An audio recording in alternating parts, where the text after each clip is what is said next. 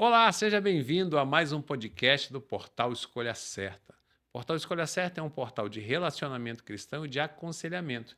E aqui no nosso podcast a gente sempre vai discutir um tema interessante. A gente já falou aqui de traumas emocionais, nós tivemos um podcast sobre narcisismo, relacionamento à distância, diferença de idade. Trouxemos aqui a pastora Maria Pia, que falou de cura das emoções, pessoas machucadas, traumatizadas.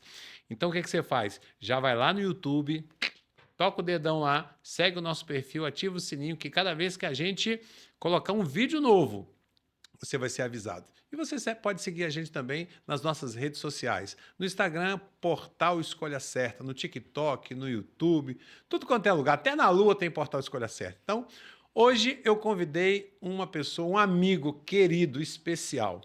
Pastor Elias Silva. Pastor Elias Silva é pastor da Igreja Batista Betel, Noiva do Cordeiro, em Ibirité. Mas ele tem uma história de luta que, olha, prepara na cadeira aí, para você ver o que é um homem que gosta de guerrear e gosta de luta. É um pastor de uma igreja grande, de um povo grande. Eu tive o prazer de estar com ele lá há poucos dias atrás, pregando na igreja dele. Mas ele tem uma história de luta contra a pedofilia. Olha a coragem desse homem. Só Deus na vida de um homem mesmo, né? Então, pastor Elias, seja muito bem-vindo. É uma honra ter o senhor aqui com a gente. Amém, graça e paz a todos, que Deus abençoe. Obrigado, pastor Júlio, pela oportunidade e acredito que será um tempo de oportunidade também de conhecimento e principalmente de cuidado com respeito às crianças. Então, deixa eu começar logo pegando forte aqui. Como é que o senhor entrou nessa luta contra a pedofilia? Como é que nasceu isso? Eu entendo que cada um de nós precisa aprender a fazer da nossa dor a nossa luta. Eu tenho uma familiar, uma pessoa muito chegada do meu meio familiar, que ela foi vítima de abuso há 30 anos atrás, mais de 30 anos um pouco. E a minha pergunta sempre era o seguinte: por que que nunca houve justiça? Por que que nunca ninguém fez nada? Por que que, mesmo tentando organizar para que o predador fosse punido, nunca houve um resultado positivo com respeito a isso? A impunidade A imperava. impunidade imperava. E com isso, no decorrer desse tempo todo, eu fui tomando conhecimento de como funciona o mecanismo desse meio, aonde procurar, como procurar, e percebi que há uma lacuna muito forte. As informações elas ficam perdidas muitas das vezes e também não há o devido interesse, como havia de ter. Então, assumindo algumas responsabilidades durante esse tempo todo, pastoral, dentro de um contexto de autoridade, a gente então procurou simplificar tudo e criamos o que a gente chama de rede simplificada de combate à pedofilia. E nessa rede conseguimos obter o sucesso, onde tivemos dezenas de pedófilos presos e centenas de milhares de vítimas sendo atendidas e também sendo protegidas no decorrer desse tempo. E como é que é essa rede, pastor? Essa rede envolve outras instituições além da igreja? Como é que é? É uma rede que envolve os poderes, né? A segurança pública, envolve o poder executivo quando quer, o poder legislativo quando quer, envolve também o terceiro setor e principalmente o segmento religioso, né? O segmento religioso em geral, mas o nosso contato, o nosso segmento evangélico é um segmento que a gente tem procurado mais conscientizar e aonde, por incrível que pareça, a gente encontra o maior tabu. Por quê? Porque há um As desconhecimento, pessoas não querem apurar? é porque Querem proteger? olha, eu sempre digo o seguinte, que criança, ela vai ser prioridade 100% no meio evangélico quando criança tiver renda para ser dizimista. Criança vai ser 100% prioridade no meio político quando criança votar. Então existe uma situação assim muito fora da realidade. Até porque hoje nós estamos vivendo aquilo que a Aimee cantou, né? Muitas das vezes fazendo campanha para nós mesmos e não preocupando com aquilo que é o essencial. Até porque uma vítima de abuso, ela é marcada pela vida toda. Nós temos que entender que há uma situação, o trauma é muito grande. E a igreja precisa tratar isso. A igreja precisa estar atenta para isso. Os pais, os formadores de opinião, todos aqueles que exercem, né, um protagonismo próximo de uma criança, precisa tratar isso. Ó, eu sou amigo do pastor Elias, então conheço um pouco da vida dele. Eu sei que ele já andou ameaçado, né? O senhor já andou ameaçado de morte. Quem que ameaçava? Era os pedófilos, os parentes deles, ou era gangue? Como é que essas ameaças partiam de quem? É do pedófilo que ficava na impunidade, o senhor foi lá e quebrou a impunidade? Eu já tive experiência do pacote completo. Em 2020, minha família foi alvo de um atentado, onde a minha esposa, ela tem, né, se eu estiver visitando ela, ela tem sequelas até hoje dessa situação, onde um ex-padre na minha cidade, ele abusou de 32 meninos que estavam sendo treinados, catequizados no sentido de ser coroinhas, né? E ninguém tocava nele. Famílias tradicionais, pessoas com muito dinheiro foram afetadas, ninguém tocava. Eu então tomei... Deixa eu interromper. Por que 32 crianças que ele, né, fez essa tragédia, isso não foi num período, né? E por que as pessoas não denunciavam? Tinham medo? Por quê? Porque a maioria dessas famílias eram família de posses. E no meio da família de posses tem uma situação que ela é praticamente assim... eu vou ocultar e nós vamos pagar o tratamento, vai superar, e aí isso vai ser resolvido e não expõe o sobrenome da família, que é um sobrenome tradicional. Isso é um erro muito grande. Porque você tem uma gama de crianças que poderiam ser protegidas, eu dando ciência nesses casos. Então, a maioria desses casos eram casos que eles ficaram num relatório, eles ficaram em uma situação de um REDS, eles ficaram ali, eles não deram continuidade porque ninguém avançou nisso. E por quê? Por conta da maioria do sobrenome da família. Quando eu olho o dossiê, eu vejo que os sobrenomes que estão lá, 60% a 70% é sobrenome de família tradicional da cidade. Então não quer expor a criança. Não quer expor, entendendo. Aliás, a preocupação não é nem com a criança, é com o seu nome, com a reputação da família, né? Aí a criança sofre com isso. Porque o abusador que abusou, talvez no primeiro, se fosse denunciado, não chegava em 32, né? Sim, e essa criança, quando se torna adulta, que é o caso, hoje eles já são adultos, né? Eu conversei com 2 vítimas desses casos, elas têm os traumas, e principalmente o trauma por ninguém ter feito justiça por elas. Se sente abandonado. Isso. E o que aconteceu com esse padre? E aí ele foi levado, né, aos tribunais, conseguimos organizar alguma situação, ele foi preso. Ele sendo preso, ele tinha outras questões dele também de crimes e tal, e ele foi preso no período ali do Covid, quando teve aquela situação de que o Supremo, quem tossia, quem tinha qualquer situação, liberado. Ele foi liberado. Quando ele foi liberado, ele veio, né, de uma forma muito assim... agressiva e covarde contra mim, colocando em vídeos, videochamada, rede social, que viria para poder tentar contra mim. Ele fez isso? Abertamente. Não tinha medo mais da... Não. Aí ele procurou na cidade, uma forma de resolver isso, né, entre as pessoas do meio, né, da criminalidade. Só que, graças a Deus, sou muito respeitado pelos trabalhos de ressocialização também, o trabalho da igreja, né, presente na comunidade. E aí eu fui aconselhado por uma pessoa desse meio, de que esse moço iria atrás de mim. E aí eu busquei as autoridades, né, conversando lá com um comandante de polícia, na época, muito parceiro, muito eficaz, e ele então me direcionou a algumas questões de segurança, a minha família, e a partir dali a gente começou a tomar alguns cuidados. Mas mesmo assim, trocando de carro, tomando cuidado de horário, não expondo a família junto comigo, porque uma coisa sou eu, outra coisa com a família, ele buscou no interior 2 pistoleiros. Isso, 2 cidadãos, 2 pistoleiros, e veio contra, né? E só que ele não me encontrou, né? Mas a minha família foi oprimida e intimidada nesse contexto. Os pistoleiros encontraram a família do senhor? Encontraram. Eu morava num outro bairro, né? Eu não morava onde moro hoje. E aí a minha esposa teve uma situação muito forte, poucos dias depois, uma pressão muito forte, e convulsionou, dado a esse medo, a tudo isso. E aí convulsionou, ficou no CTI alguns dias, no hospital, acho que 20 dias total. Ela bateu numa cadeira, 8 pinos, né, no ombro e 3 costelas quebradas, enfim.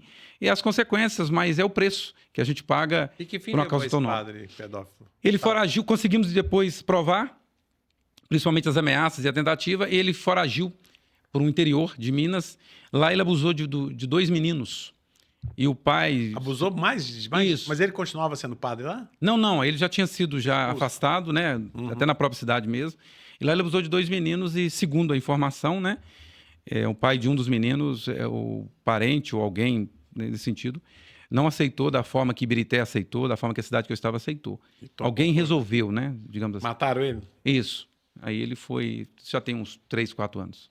E no nosso meio evangélico, como é que, com a experiência que o senhor tem, como é que a igreja trata esses casos? Porque certamente deve ter também no nosso meio líderes com essa mesma conduta nojenta, né? Como é que o senhor enxerga? Porque o senhor tem enxerga de uma dimensão mais nacional, né? Eu vi o senhor em Brasília tratando esse caso, com a senadora Damares. Como é que é a visão da igreja? A igreja evangélica, ela põe para quebrar ou ela também protege? Não, a igreja evangélica ainda está longe. Está longe. Claro que com as exceções. Mas a igreja está longe ainda desse assunto, dessa pauta. Prova disso é que eu muitas vezes vou pregar em alguma igreja, ministrar em alguma igreja, dentro daquilo que, né, a gente... E alguns pastores, inclusive em eventos de congressos e tal, como eu sempre falo 5 minutos sobre prevenção, peço, né, a permissão ao pastor para projetar no telão, para dar uma prevenção ali dos sinais e tal. Alguns pastores pedem, olha, se puder não falar naquele assunto, porque aquele assunto é muito indigesto, nós estamos num tema aqui de avivamento, com coisa que se não fosse avivamento, né, proteção. Aqui, nós estamos aqui trabalhando uma situação, você podia não falar naquilo não. E aí, claro que eu cancelo a agenda, né? Porque eu não vou à igreja alguma se não for para falar disso também. Mas a igreja está muito longe, é porque não entendeu ainda o contexto do que é proteção, do que as crianças não são ou não serão os missionários de amanhã, eles já são os missionários de hoje. E criança é criança. Então, o maior investimento numa igreja é criança. Você conhece realmente se a igreja é saudável pelo número de crianças que ela tem. Não é pelo número de pastor, de líderes, não. Não é por isso, não, pelos movimentos que ela tem. É pelo número de crianças e o cuidado dessas crianças. Entendeu? Pastor, como é que um pai... Quais são os sinais que uma criança demonstra, que um pai tem que procurar observar para começar a saber se está tendo algum problema? Tem algum sinal, cara? A criança fica assim, fica assado. Como é que que atenção um pai deve ter para acompanhar o seu filho, sua filha, para verificar se tem alguma coisa errada acontecendo? Porque o abusador é sempre uma pessoa próxima, né? É um parente, é uma pessoa que tem algum tipo de autoridade, não é um estranho. Ele é sempre alguém que ganha primeiro a simpatia. E a criança muitas vezes não entende isso num primeiro momento, né? Qual o cuidado que um pai deve ter? Eu vou perguntar cuidados e sinais que a criança demonstra que tem alguma coisa errada. Boa. A vítima dá sinais, ou as crianças dão sinais, e o predador também. A vítima tem que ficar atento, principalmente os pais hoje com rede social, ok? Criança não tem essa questão que ela tenha a sua liberdade, não é isso. Criança precisa de ser fiscalizada, policiada dentro de casa. Liberdade vigiada. Vigiada. A senha do celular, o computador, se possível o computador está num ambiente onde os pais têm trânsito, né? Em um corredor ou uma parte da casa que os pais têm livre trânsito. Que não colocar o computador fechado no quarto com a criança. Não. Deixa a porta aberta, entra de surpresa, olha o celular, me dá o celular aqui, se tiver senha, né? Se for um adolescente, olha isso, porque eu acredito que isso é muito importante. E a criança também, quando ela é vítima ou está sendo molestada... Essa é a prevenção. A prevenção. Eu vi o senhor falando lá na igreja, eu fui pregar na igreja do pastor, ele falou, olha, você que está visitando aqui, se tiver uma criança aí no banheiro, recue, né? Isso. Recue. A igreja precisa ter isso. Se a criança está no banheiro da igreja... Lá na nossa igreja, o que a gente fez? A gente fez um banheiro separado para criança. Ótimo. Então nós temos um banheiro de menina, Ótimo. um banheiro de menino, Isso. e aí a professora lá da escola Kids leva na porta, pega na porta, mas os banheiros não ficam de acesso à igreja, ficam de acesso ao local do Kids. Lá na igreja também a gente tem. Só que você tem aqueles que são visitantes, que às vezes a criança não adaptou o Kids ainda, ou você tem as igrejas que não têm essa estrutura. Eu gostei do senhor falar assim, você recua. Recua. Então, o adulto chegou no banheiro, tem uma criança usando o banheiro,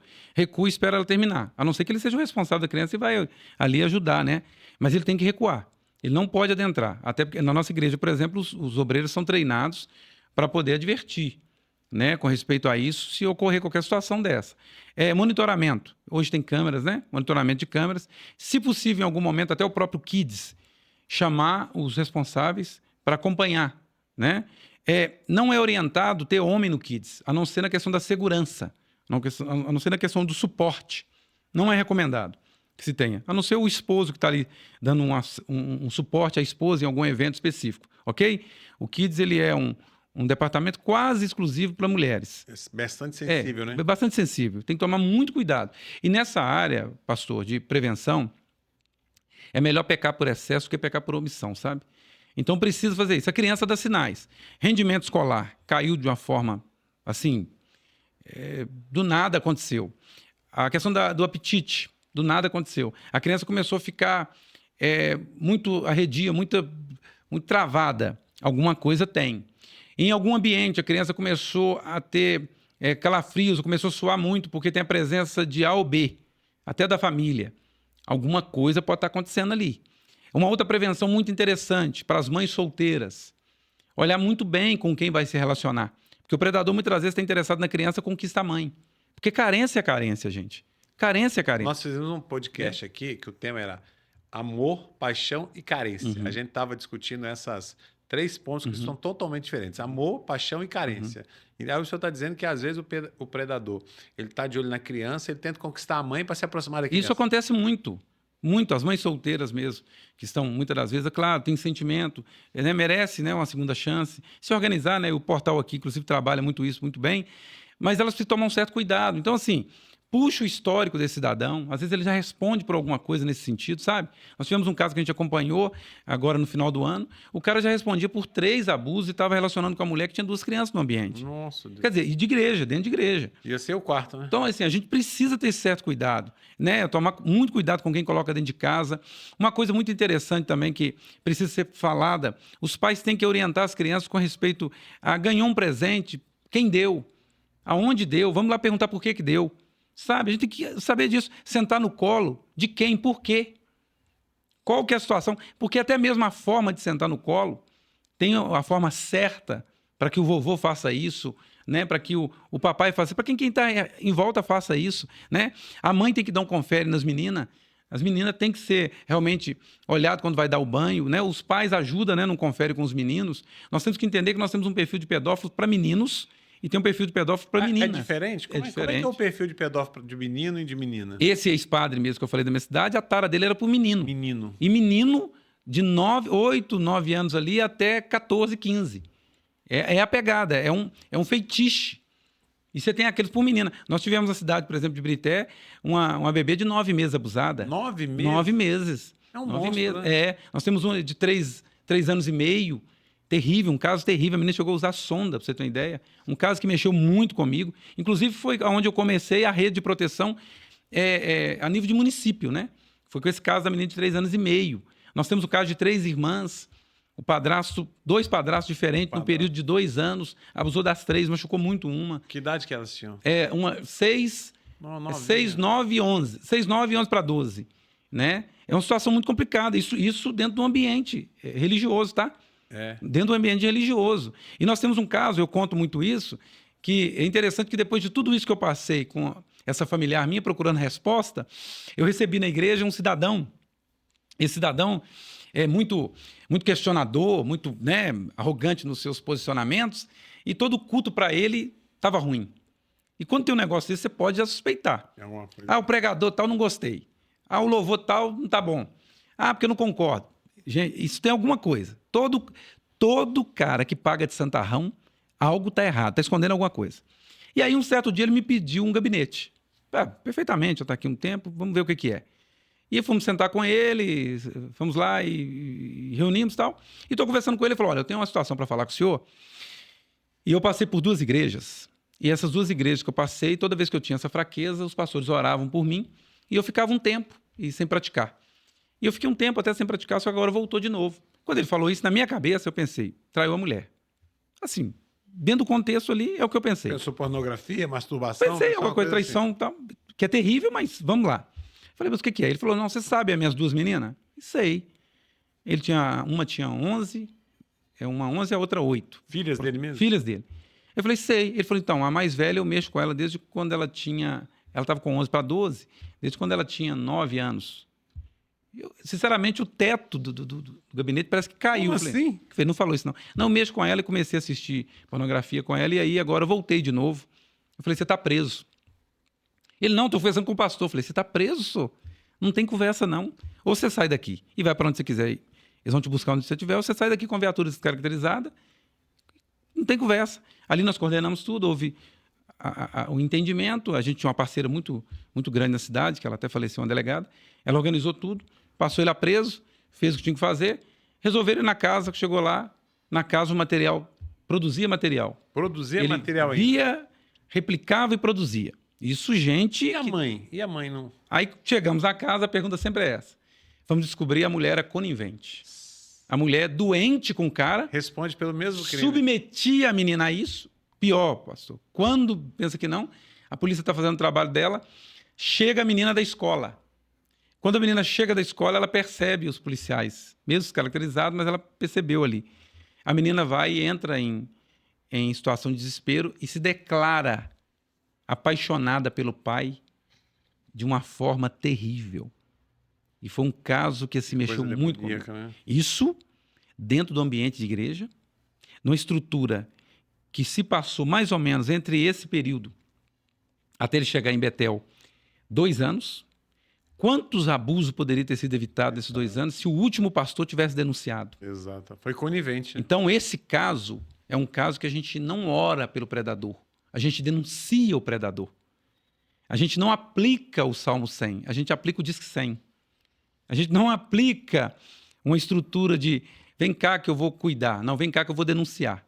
Vou cuidar da vítima. E a igreja precisa se preparar para cuidar da vítima. Porque se ele fez isso com as filhas, imagino que faria com outras pessoas. É feito de João de Deus. Com certeza, quando você coloca a cara dele, Gente. você tem outras vítimas. E ele já tinha relação sexual com a filha? Tinha. Meu Deus. É uma coisa assim, terrível. Ele foi preso? Foi preso. Condenado? Parece que agora, eu tive antes do carnaval uma informação de que ele já ia desfrutar, né? De alguma situação, de uma liberdade, alguma coisa nesse sentido. Ele já tem 7 para 8 anos, 9 anos. 9 anos preso. Isso tem 9 anos. É 8 para 9 anos Preso. que está nessa situação. Mas deveria ser o quê? Prisão perpétua e castração química. É. Deveria ser isso. Só para as pessoas entenderem, tem gente que acha que castração química é ir lá pegar uma faca e cortar um negócio do moço. Não é isso, não. Castração química é medicação que essa pessoa não terá mais prazer. Né? Tem gente que acha que é cortar. Poderia ter, se fosse permitido, claro, né? Por projeto de lei, a castração cutelo, né? Que aí seria um machadinho nesse modelo que você está falando. Mas não pode. Mas não pode, porque aí o senhor entra em causa pétrea da Constituição. Não, eu estou falando aqui a nível de... Claro que isso aqui é o extremo. Causa pétrea, né? É claro que é o extremo. A castração química é uma injeção que dá na veia e a pessoa não tem mais ereção nunca mais. Na condição de preso para não sair, porque ele tem outras formas de abusar. Se ele sai com a castração química só igual foi proposto aí, foi proposto uma castração química voluntária. Isso é um erro. Ele faz isso para livrar da pena e depois... E chega... Porque ele tem outras formas de abusar, ué. Exato. Ele tem outras formas de abusar. Então, por exemplo, em Birité, a gente paga eu estou pagando um preço muito alto, o senhor sabe disso, por não ter compactuado e nem aliviado para um pastor que estava em cima de uma menina de 7 anos. Meu Deus. Estou pagando um preço tão grave quanto esse padre. Só não tem a questão da ameaça direta. Mas emocional, a estrutura religiosa virou toda contra mim. E isso é muito sério, porque quando você pensa na estrutura religiosa, ela tem os seus interesses e ela tem os seus. Então, se ela não trabalha... Ele se protege. Ele se protege. E quem protege predador é. Deixa eu caminhar para uma outra área aqui dentro dessa pedofilia. No estudo da criminologia, quando a gente estuda o comportamento de um molestador, né, há uma área de estudo que diz o seguinte, olha, esse molestador, na maioria das vezes, foi molestado, não foi, por isso eu falo de cuidar da vítima, não foi cuidado e ele reproduziu aquele efeito. O molestado se tornou um molestador. Qual a experiência que o senhor tem? Isso é verdade mesmo? Até que ponto isso é verdade? Ou seja, uma vítima não curada, não tratada, ela tende a replicar isso? Ou seja, o molestador não curado, o molestado pode vir a virar um molestador? Ele pode, por ação reflexa, repetir esse comportamento? Isso é muito sério. Eu criei na rede de proteção simplificada, comprovado com a experiência que a gente tem, um formato já de estudos, né? Claro que é estudo paralelo dentro do contexto nosso ali. A regra dos 10. A cada 10 abusados, 7 se torna abusador. Dos 7 abusadores, 4 tem desvio da natureza. Seja perdição nas drogas, qualquer coisa que eles vão buscar uma fuga da natureza original, enfim, qualquer coisa. Dos 4, 2 tentam autoextermínio e 1 consegue. Então os dados são alarmantes. Não é só sobre o abuso que já é terrível. Em cada 10 molestados, 7 se tornam abusadores. 7 se tornam molestadores. Vamos replicar isso. Desses 7, 4 tem um desvio da natureza. Tem desvio da natureza. E desses, 2 tentam se matar e 1 consegue. Então, isso é muito grave. E isso é um diagnóstico muito grave para a igreja, inclusive. Porque a igreja precisa sentar com esses jovens que chegam na igreja e, principalmente, que chega com qualquer marca, com qualquer situações desconhecidas ainda, e procurar profissionais que possam identificar e conversar com esses jovens, sejam psicólogos, psicanalistas, psiquiatras. A igreja precisa entender que tem o contexto, sim, de oração e libertação, muito importante, Mas tem a ação também do técnico. Da cura. É um trabalho em conjunto. A igreja não pode desfazer disso. E toda igreja tem alguém vocacionado para isso. E toda igreja tem dezenas de pessoas que foram vítimas no passado disso. Então, é aquilo que eu falei no início aqui. Você pode fazer da sua dor a sua luta. E a igreja pode trabalhar isso. Por quê? Porque esse perfil de abusador, na grande maioria, está replicando, principalmente o que não foi dado para ele dentro de um contexto que poderia ter sido feito e não foi feito. Uma omissão, digamos assim, dessa situação. E às vezes discute no Brasil, principalmente, combate à pedofilia, combate a abuso, maus tratos, é só no Mar Laranja. Acho que um mês Não, é todo dia. Toda hora. Às vezes se fala de Ilha Marajó quando a situação fica... É todo dia. E a Ilha Marajó, às vezes, pode estar mais perto do que a gente pensa. Por quê? Porque o pedófilo não é... Você tem um pedófilo avulso e tem um pedófilo de rede. E nós estamos com um problema muito sério que eu já estou alarmando e o pessoal muitas vezes está pagando para ver. O pedófilo de rede, ele está adotando o pedófilo avulso. E o pedófilo avulso não tem dinheiro, muitas vezes, para pagar as custas do processo. Como é que é esse pedófilo de rede?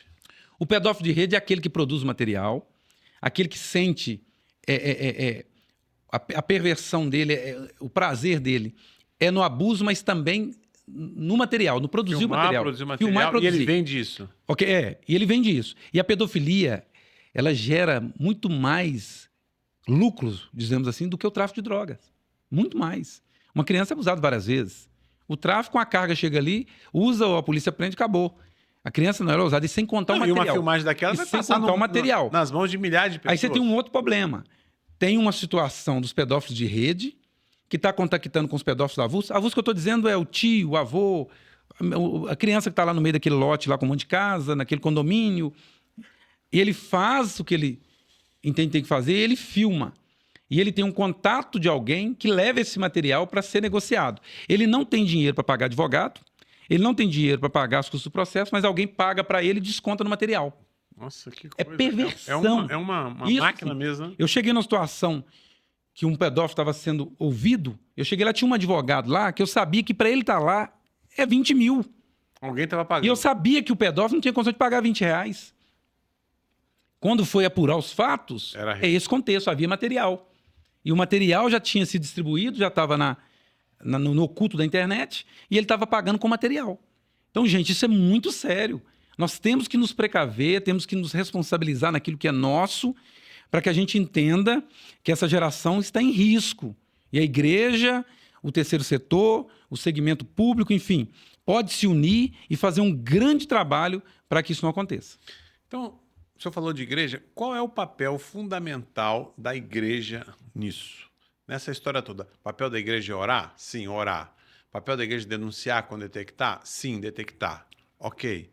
Ao momento que é oração, mas descobriu o problema. É igual eu falo no portal. Ah, meu marido me bateu. O que eu faço? Chama a polícia. Não estou falando de pecado, não. Estou falando de crime. Diferente. Então, tem um momento que a gente está orando. O senhor falou aqui, denunciar. Tá, mas qual é o papel da igreja quando ela descobre um caso, denuncia como o senhor denunciou, e a vítima está ali na igreja? Como tratar dessa igreja? Qual que é o encaminhamento que se dá, tendo a igreja como direcionador para uma criança, um menino, uma menina que foi abusado, e às vezes o menino tem dificuldade de falar, de se descobriu por outros meios. Qual é o papel da igreja nisso? O papel principal da igreja nós trabalhamos os quatro pontes principais que eu falo, os eixos principais. Prevenção, identificação, encaminhamento e acolhimento. A igreja tem responsabilidade nesses quatro, mas de forma primordial em dois: na prevenção e no acolhimento. Ok? Então, descobriu, denuncia. Só que a vítima está ali. A vítima precisa ser cuidada. A igreja precisa ter uma equipe multidisciplinar. Psicólogo. Isso, entre elas os pastores, claro, para ajudar na questão espiritual e tudo. Psicólogo, psicanalista, um advogado que possa acompanhar o processo. Sim. Porque dentro do contexto do judiciário só funciona se você tiver condição de provocar. E aí esses profissionais vão provocar isso para acompanhar. Por quê? No momento que acompanha, eles protegem também a vítima, porque muitas das vezes o predador costuma ameaçar as vítimas. Sim. Ele fica lá respondendo em liberdade, com elementos suficientes, ele está lá. E aí ele costuma ameaçar. E a igreja dá essa cobertura. A proteção. Proteção total. Total. Sempre que houver, gente, sempre que houver uma denúncia com respeito a esse assunto, sempre precisa ficar do lado da vítima. Você quer conhecer mesmo um pastor, uma pastora de responsabilidade? Pergunta para ele ou para ela o que ele acha desse assunto, dessa pauta que nós estamos aqui. Pastor, e se nós descobrirmos um pedófilo aqui, como é que vai ser? Eu perdi 2 amigos, perdi não, né? Deixei de ganhar. Pastores, porque quando um descobriu que o cunhado é predador histórico, o cunhado predou das cunhadas todas e agora possivelmente está predando das sobrinhas, porque eles não param. O predador não tem, ele é irreconciliável. O pedófilo é irreconciliável. Ao meu ver, não tem solução para ele.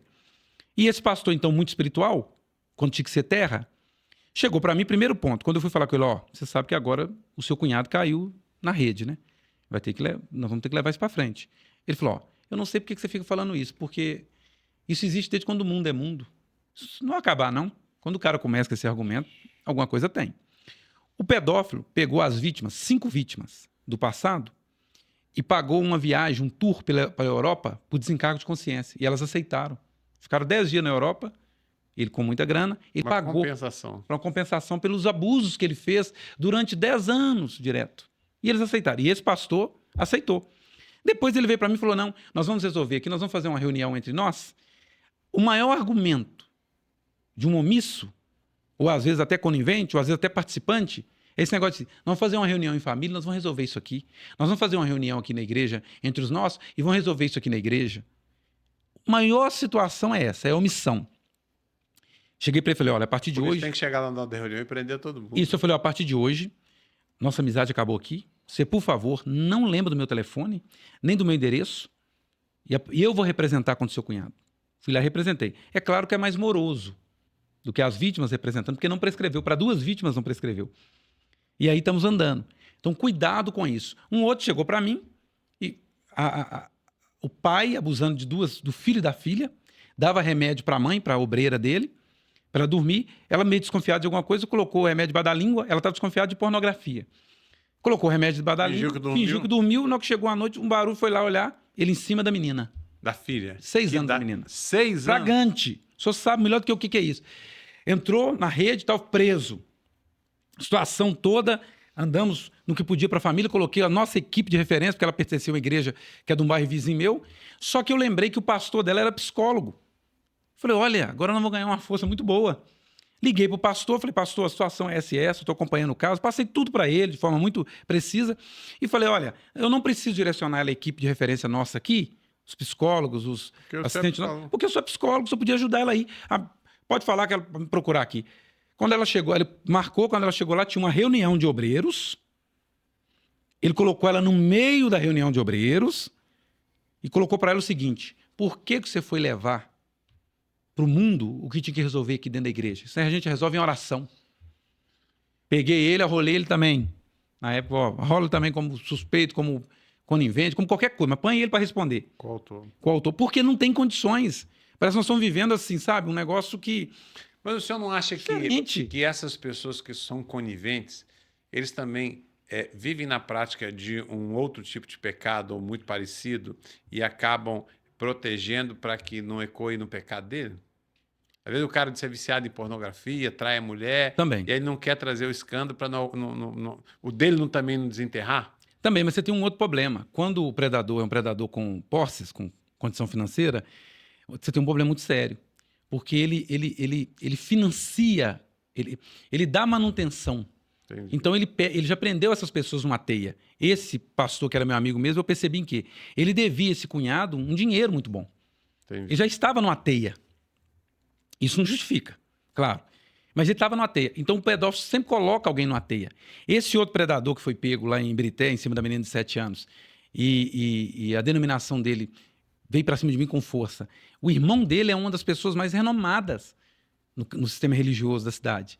Sim. E o irmão pensou, o irmão vestia a camisa da causa. Quando descobriu que o irmão era predador, tirou a camisa, acabou. Aí veio em mim, você podia ver o que podia fazer, porque meu irmão... Eu falei, se fosse o meu irmão, eu ia piorar para ele 10 vezes. Imagina o seu. Então, assim, não tem condição de você falar que ele pediu para aliviar? Abertamente, como eles têm, a denominação tem muita força política, Eles eram oposição ao sistema, fizeram situação para tentar um acordo. Claro que não tem acordo. E aí, até hoje, está arrastando. As coisas veio contra mim de forma muito terrível, o senhor tem acompanhado. Mas acredito o seguinte, que o que mais vale é a luta. E, às vezes, tem um outro problema muito sério, que é assim, a gente precisa ver como é que vai funcionar isso. Porque, às vezes, o sistema judicial da cidade, principalmente cidade menor, embora a minha cidade de Birité está do lado de Belo Horizonte, ele não procura conhecer quem é quem, sabe? Aí chega qualquer coisa lá de calúnia, difamação, eles não procuram saber o histórico de quem está falando. Eu, por exemplo, ganhei um prêmio nacional, Amigos da Criança, né, pela elaboração da rede simplificada, porque tudo se complica e a gente procura simplificar. Descomplicar, né? Descomplicar, Então, ganhamos o prêmio nacional, 2 prêmios estadual, vários prêmios municipais. Eles não procuram saber nada assim. Olha, por que esse cara está sendo atacado nesse contexto? Aí se um pedófilo chegar e falar assim, esse pastor está me perseguindo, não acredito. Mas é o que aconteceu, Entendi. Eles colocaram isso e acreditou, Deixa eu voltar aqui. Quero que o senhor fale para... O senhor já começou a falar, mas é muito comum você, às vezes, ter uma moça no portal que ela é mãe solteira, ou é viúva, é divorciada, tem filhos ou filhas, e ela busca um novo relacionamento. E aí o senhor falou um pouco desses cuidados. Eu queria que o senhor falasse mais que cuidados essa mãe que tem, e às vezes o pai também, né? Que tem filhos ou filhos menores para se relacionar. Quais os cuidados que tem que ter? Assim, eu queria que o senhor falasse um pouco mais sobre isso, né? Porque a moça vai casar com um rapaz, vai colocar aquele rapaz dentro de casa, às vezes com 2 filhas, ou às vezes com 2 filhos. Quais os cuidados, assim, de forma mais especial que essa mãe precisa ter? Principalmente a moça, quando ela casa com um rapaz e tem filhos, né? Filhos pequenos, principalmente. Porque quando chega em determinada idade, aquela criança sabe...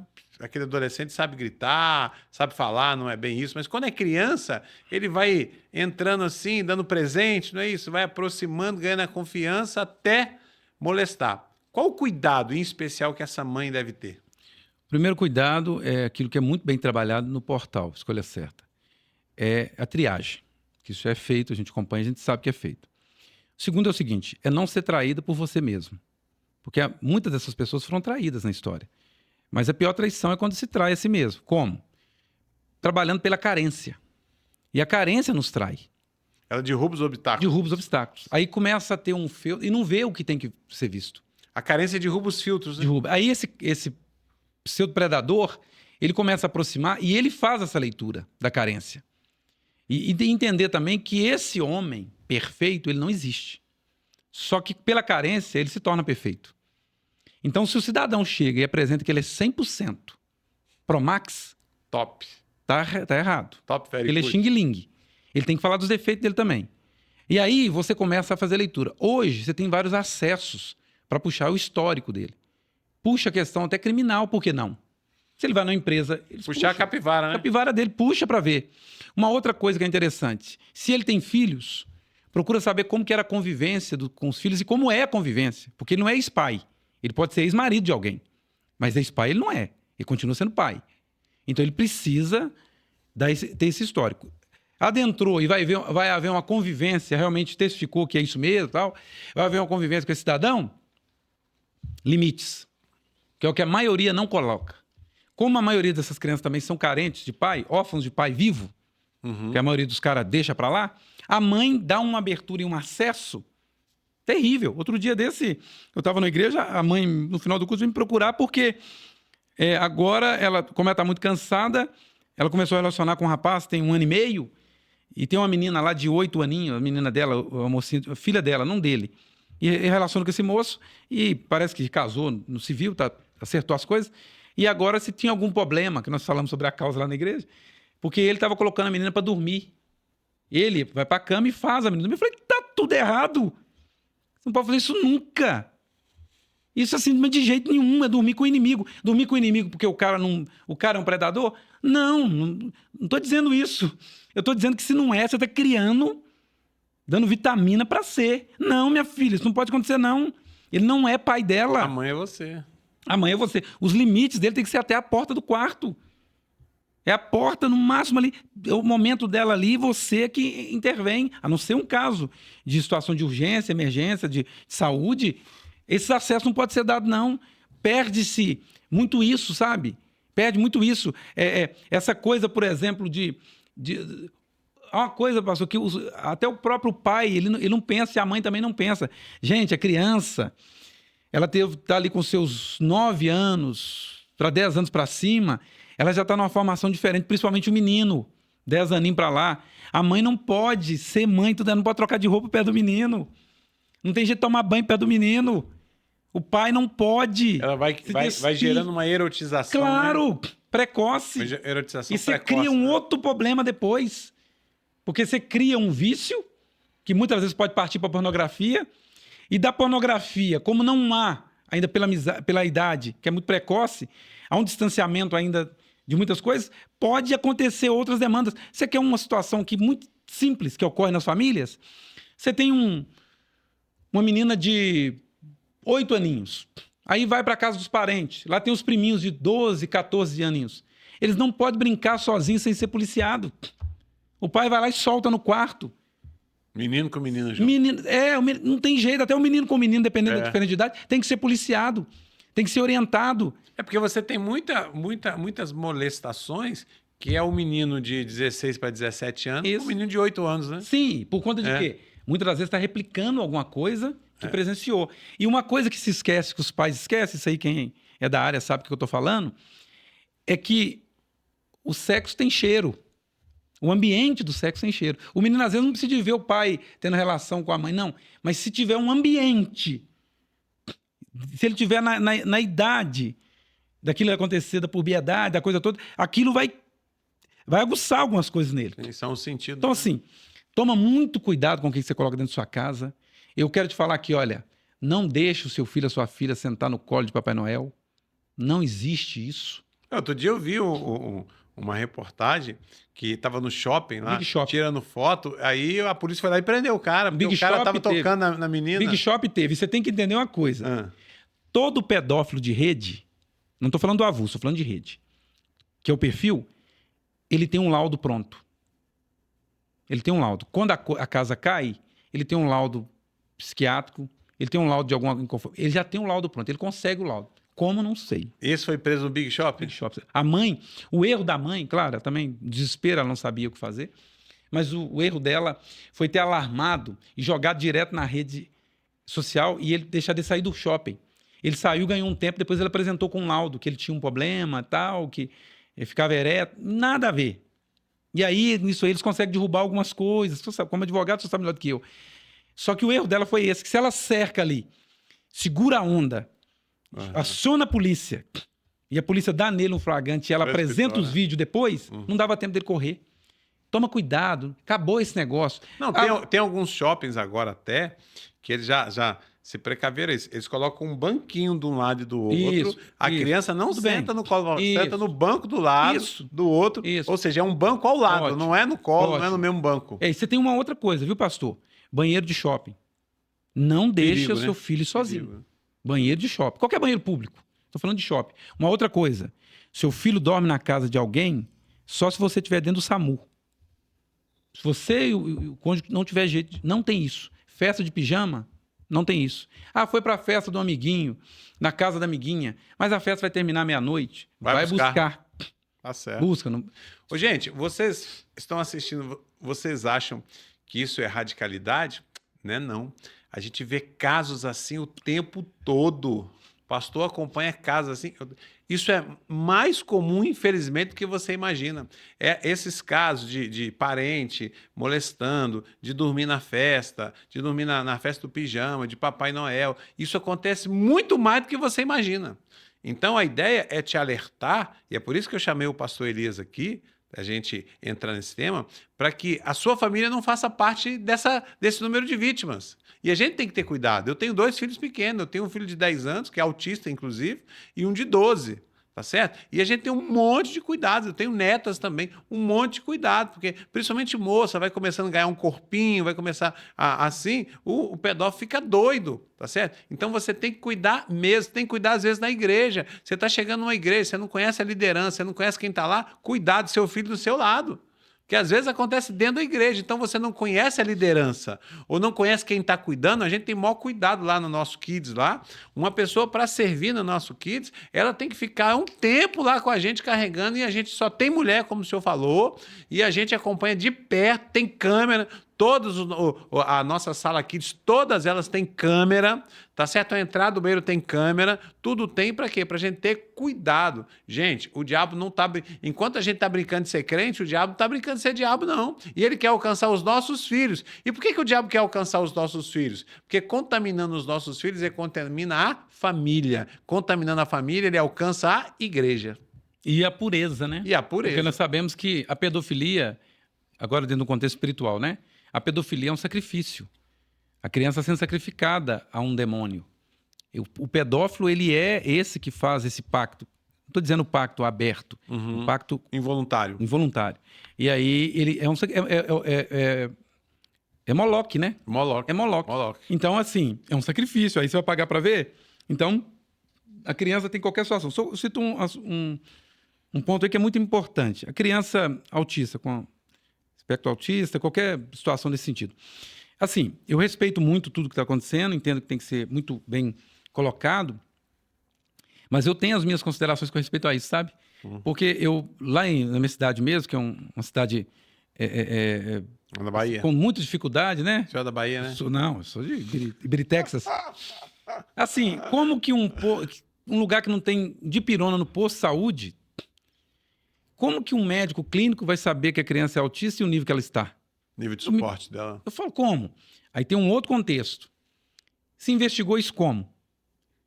Então, assim, eu entendo, sei que essas situações ocorrem, mas eu acho que deveria ser melhor investigado, porque boa parte dessas crianças vai achar muita coisa que não queria achar, sabe? Dentro tem uma origem aí. Às vezes é uma questão de um abuso, às vezes é uma questão da tentativa de um abuso que startou um gatilho, entendeu? Aí vai no postinho, vou colocar agora um crachazinho no menino, porque assim, é a minha opinião. Para a pessoa ser considerada autista, ela tem toda uma bateria de exames. Ele não é uma análise... A análise não é uma análise visual, é uma análise de neuropsicopedagogo, né? Isso. Aí aqueles que são diagnosticados de verdade. Ok, né? Mas aí a minha pergunta, conhecendo o meio público, né? Que, assim... O Estado está preparado para isso? O Estado não está preparado para isso. Geralmente esse laudo é de particular. Não está. Isso é para quem tem a condição de ter os acessos. Agora, não tem. Mas se não tem, por quê? Que já coloca, não, porque esse menino é autista. E às vezes faz isso para esconder um problema lá atrás. O diagnóstico não está correto, não foi analisado como deveria, e às vezes você tem um problema ocasionado lá atrás, que pode ser até uma vítima, né? Que veio ativar um gatilho para isso, e esse gatilho gerou uma mudança de comportamento. É isso que eu quero dizer, né? Sim, ou talvez a própria mãe foi vítima tão marcada que na gestação gerou algumas coisas que poderiam ser tratadas nela. Eu estou dizendo assim, só deveria investigar mais. Porque o que eu vi no serviço público é assim, vão resolver do jeito que é mais fácil. Faz um relatório aí. Aí a técnica A com a técnica B faz um bem bolado. Vamos fazer... é o seguinte, vamos colocar aqui, que é para a escola, por exemplo. Na escola, por exemplo. Vamos fazer aí... mas espera aí, se a população não tem médico para tratar uma gripe... Como é que diagnostica? Como é que diagnosticou um negócio tão sério? Eu ficava sempre perguntando, sabe? Como é que eles diagnosticaram isso? E teve um caso que chegou para mim, que era um caso que ele já tinha um diagnóstico, era tratado como tal, e o predador aproveitou disso e continuou abusando. Por quê? Porque até então é autista. Não, o predador era marido da mulher que cuidava. Entendeu? Assim, a mulher cuidava da criança. E aí, marido da babá. Isso, ali que acendeu. Eu falei, gente, mas peraí. E a criança, toda vez que ela estava numa situação, é porque ela está em crise. Mas não era crise porque ela era autista. Era um gatilho que está externando aquele abuso, aquela dor. Então, assim, eu não tenho nada contra esse contexto de ser, mas eu acho que deveria ser melhor investigado. Eu acho que cada município, porque tem recurso para isso, eu sei que tem, deveria ter a Casa da Criança, porque na Casa da Criança você tem uma equipe multidisciplinar que ia ajudar muito essas mães, principalmente mães carentes, a ter um diagnóstico preciso para ela poder dar a próxima etapa, né, caminhar na próxima etapa. Mas nós sabemos assim que isso precisa ser prioridade de um gestor, precisa ser prioridade de quem está gerenciando aquilo ali, né? Mas eu tenho muito cuidado com isso, sabe? Muito cuidado mesmo. Preocupo muito com isso. Deixa eu fazer uma pergunta para o senhor. A gente tá quase acabando aqui, mas qual é a diferença entre aquele menino e aquela menina que foi molestada? Como é que esses sinais, os sinais são diferentes do menino para menino, ou muito parecidos, ou são iguais? Ou o menino externiza esse sinal de um jeito, a menina de outro? Uma mãe que está ali observando a mudança de comportamento, o filho, a filha. Em questão de gênero, a moça demonstra de um jeito, o rapaz demonstra de outro jeito. Tem diferença? Sim, tem. É dois extremos. A menina recua totalmente e o menino se torna agressivo, na maioria das vezes. A menina se fecha. A menina se fecha, se automutila, fica deprime. E o menino não. O menino fica desobediente, rebelde, agressivo no sentido de palavras. Ele às vezes não tem liberdade para falar sobre o assunto, então ele não vai falar. E vai se descobrir isso depois de um outro contexto. Principalmente os meninos que vivem ainda no ambiente que o predador está por perto. E o predador, 80% deles é no ambiente familiar. Né? É no ambiente familiar. E isso tem que ter muito cuidado, sabe? Muito cuidado. Tem que lembrar, pastor, que não existe pastor pedófilo, não existe padre pedófilo, não existe professor pedófilo. Existe pedófilo pastor, pedófilo padre, pedófilo professor. Eles são pedófilos e entram nas áreas para poder chegar perto de criança. E a criança manifesta. Por exemplo, tem uma situação de um professor na nossa cidade que ele dava aula de reforço em caráter social. Ele era, de graça, só para... Ele era o astro dos pais. 9 vítimas. 9 vítimas? Entre elas, um menino que declara que apaixonou com ele, enfim. A mãe surtou. E que idade tem esse menino? O menino hoje está com 16, né? O menino tinha 11 para 12. Hoje já está com 16, 17. Partiu para a homossexualidade? Sim, sim. Isso é o que mais acontece. Né? É um dos sinais. Por isso que tem que conversar com esses jovens. Está chegando na igreja. A igreja tem que acolher. A igreja não é olhar assim, julgar pelos trejeitos, não. Traz para perto. Qual é a origem, qual é a ferida? Como é que tá a situação? Houve alguma coisa? Tem algo que eu posso te ajudar? O que você entende desse assunto? Abrir com o adolescente isso. Porque aí vai sair a dor que está dentro. Só dele poder falar, externar isso, cura, vou falar uma coisa para o senhor. Na nossa igreja, nós temos todo ano uma arena de cura e uma arena de libertação. São 4 dias de aula e ministração. Aula, ministração, 4 dias, ó. Começa geralmente quarta noite, aí quinto dia inteiro e à noite, sexto dia inteiro e à noite, sábado dia inteiro, domingo pela manhã. Então tem a arena de libertação, que em tese a gente fala assim, vou tratar de demônio. E a arena de cura, a gente fala assim, vou tratar aqui de traumas emocionais, de rejeição, vou tratar aqui nessa arena de cura de orfandade. Pastor, aparece mais demônio na arena de cura do que na de libertação. É isso mesmo. Por quê? Porque as feridas, muitas vezes não tratadas, abrem porta de legalidade para o demônio entrar, a pessoa vai para um caminho errado e ela, muito ferida, muito machucada, acaba ativando gatilhos, abre portas de legalidade. Eu expulsei mais demônio na arena de cura do que de libertação. Isso mesmo. Que coisa, né? E por que a gente percebendo na área da libertação, por que em algumas religiões se fala que para fazer cabeça, para alcançar o poder tem que fazer cabeça, e está tendo mas tanta adesão dos jovens. Porque a maioria desses jovens já passaram por isso, e lá dentro desse contexto religioso vai ser comum eles terem que ter essa relação, porque a entidade não se sente bem no corpo masculino, tem que ter relação por causa da entidade ou vice-versa. E eles vão para esse lugar por quê? Porque lá eles têm algo que muitas das vezes eles não estão identificando no nosso meio, que é o acolhimento. Esse acolhimento para quê? Para tirar 30 minutos, 1 hora e conversar olho a olho, sem nenhum pré-julgamento, mas sabendo que tem uma história por trás ali. E essa história, esse histórico, pode ser aonde ele está carregando esse fardo, que quando for apresentado para ele em Cristo, a possibilidade, e principalmente o abraço que faltou, porque quando ele teve esse abraço, foi um abraço de abuso. Quando ele teve essa aproximação, foi aproximação de violação, de interesse. Mas quando ele recebe esse abraço, entendeu assim, agora é o abraço de cura, que é o que o senhor colocou. Só essa atitude vai trazer uma diferença, assim, espetacular para a vida dele, Ó, para a vida eu dela. falo sabe? lá na nossa igreja, nós temos um ministério lá chamado Ministério Integrar, que é o receptivo, que fica na Aham, porta. isso. Eu falo com eles assim, ó, vocês são o ministério mais importante da igreja. Pastor, por quê? Vocês são o ministério mais importante. Porque a pessoa está passando na porta da igreja aqui, ela está com o diabo falando, você não vale nada, ninguém te ama, ninguém gosta de você. E você dá um abraço e fala, seja bem-vindo, você começou a quebrar a rejeição Isso, ali. quebrou a rejeição. Aí por isso que vocês são o ministério. Eu não estou aqui só para esticar a mãozinha, não. É dar um abraço e falar, seja Isso. bem-vindo, posso te ajudar, Isso. conta com a gente, Isso. né? Eu costumo dizer que a nossa igreja é a igreja do abraço. A gente Isso. pode abraçar o povo, acolher, homem abraçando homem, mulher abraçando mulher, é acolher. Porque a pessoa chega do mundo machucada, ferida, julgada, arrebentada. Aí na igreja o que a gente faz? Arrebenta mais. Agora pega a experiência que a sua igreja, por exemplo, que é referência, é uma grande referência em Belo Horizonte, principalmente na área de libertação e cura, né, em cura interior e tal. Pega lá e coloca, por exemplo, em uma rede social da igreja, ou um banner lá no canto, sobre a questão de isso aqui, ó, isso aqui que está na camisa. Coloca lá, igreja que protege. Você vai ver só. As pancadas. Não, e as demandas que surgem. Que vão aparecer, né? Porque é uma identidade que eles vão falar, pô, essa igreja já tem tudo isso. E agora eu posso falar sobre isso e ter isso que ela tem. A nossa líder da Fast Kids, ela é Rosana, né? Que até mandar um abraço para ela. Ela é servidora pública do TJ, né? E ela lá pega a palavra lá e fala, ela fala igual o senhor. Olha, nós estamos vamos cuidar dos nossos filhos, cuidado com o banheiro, cuidado com o amiguinho, cuidado com... Ela repete exatamente, eu acho que ela fez até curso com o senhor.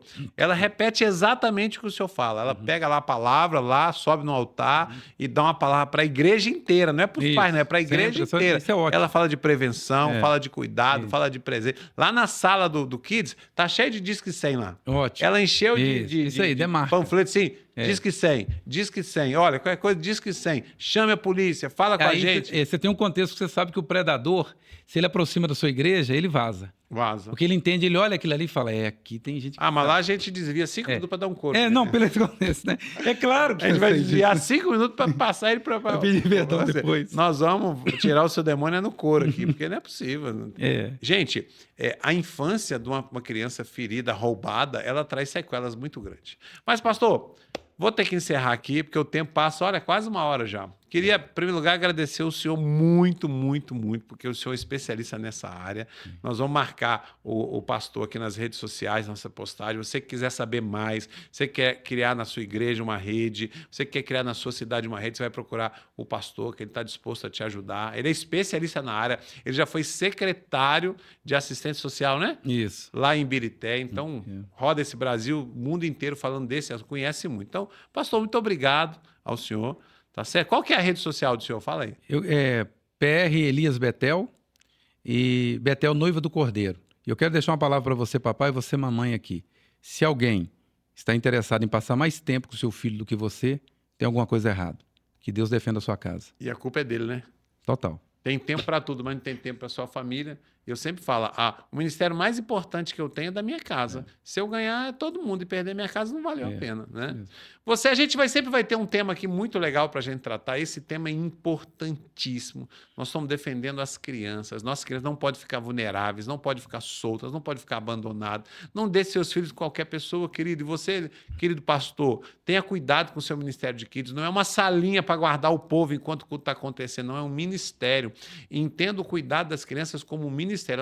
Eles cantam, eles oram, eles ofertam, eles ministram, eles evangelizam, eles fazem. Tudo que acontece no culto de adulto acontece no culto das crianças. A gente não criou uma salinha para pôr eles, não. Eles têm um culto deles. Não é um depósito. Não é um depósito de crianças, não. Tá certo? Eles têm tudo que tem no culto, na linguagem dele, a gente fala isso. Então, muito obrigado a você que acompanhou aqui o nosso episódio, mais um episódio do nosso podcast. Eu vou fazer os cortes aqui, deixar as redes sociais do pastor e ele está à disposição para te ajudar a sua igreja a montar uma rede, ajudar a sua cidade. E você sabe, você pode acompanhar aqui as nossas redes sociais, vai lá no YouTube agora, coloca seu dedão, segue o nosso perfil, Portal Escolha Certa, ativa o sininho, quando a gente postar um vídeo novo, o YouTube vai te avisar. Lá, Portal Escolha Certa, segue a gente no Instagram, segue a gente também no TikTok, porque a gente sempre vai ter muito assunto voltado a relacionamento, voltado a cuidado, voltado a aconselhamento, e o de hoje foi um show. Pastor, muito obrigado, viu? Obrigado. O senhor brilhou. Deus abençoe. Um abraço. Um abraço, gente. Até a próxima semana. A paz do Senhor.